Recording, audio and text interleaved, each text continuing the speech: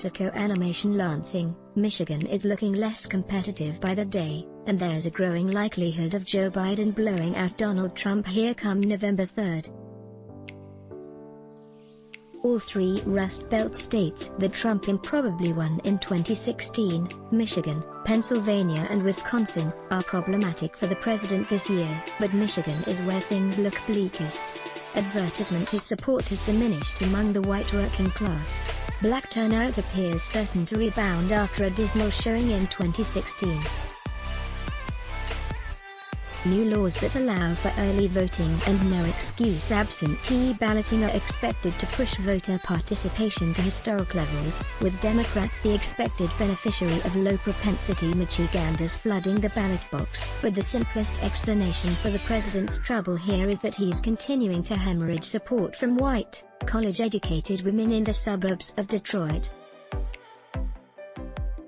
It's hard to overstate just how badly Trump is performing with this crucial demographic. Over the past several weeks, a raft of internal polls have produced numbers that political professionals here are struggling to comprehend. In Oakland County, the second biggest voting area in the state, Gongwa reported that Democratic polling shows Biden leading Trump by 27 points. Republicans pushed back with a survey showing Trump down only 18 points. For reference, Trump lost Oakland County by 8 points in 2016. I cannot in good conscience vote to keep this man in the White House. Karen Kudler, a Republican single-issue voter, Alyssa Slotkin, the freshman House Democrat who represents northern Oakland County, and whose district stretches west through the affluent suburbs of Livingston County, is witnessing the same phenomenon. Having flipped a longtime Republican district in 2018, she was supposed to be one of the most endangered incumbents in the country. Instead, she's cruising toward re-election. Why? According to her campaign's most recent internal poll, she's an eye-popping 35 points above water in terms of net favorability with college-educated white women. This came as a shock to Slotkin, a veteran national security official, who was worried that Trump's law and order message was going to scare women away from voting for Democrats this fall. But what her polling revealed, consistent with surveys done elsewhere in the state, is that Trump's messaging has backfired.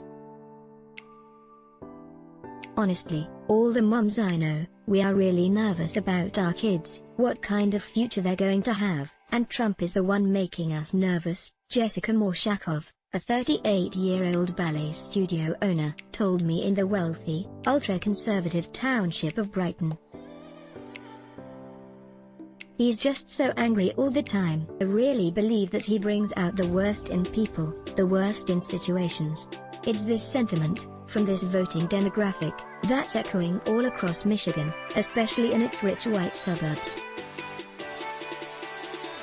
Even voters who describe themselves as single-issue, pro-life Republicans, such as Karen Kudler, have said they've given up on Trump. I cannot in good conscience vote to keep this man in the White House, Kudler told me in Lake Orion. What does this all mean? It's actually pretty simple. The thinking among Republicans has always been that if Trump can keep his losses in Oakland County to single digits again, it will be proof that he's holding his own with suburban women around the state, and therefore he will remain competitive. If, on the other hand, that margin balloons closer to 15 points or more, the president is doomed. It's a similar if inverted calculus in neighboring Livingston County. Trump won the longtime Republican stronghold by a whopping 30 points in 2016, more than double John McCain's margin over Barack Obama in 2008.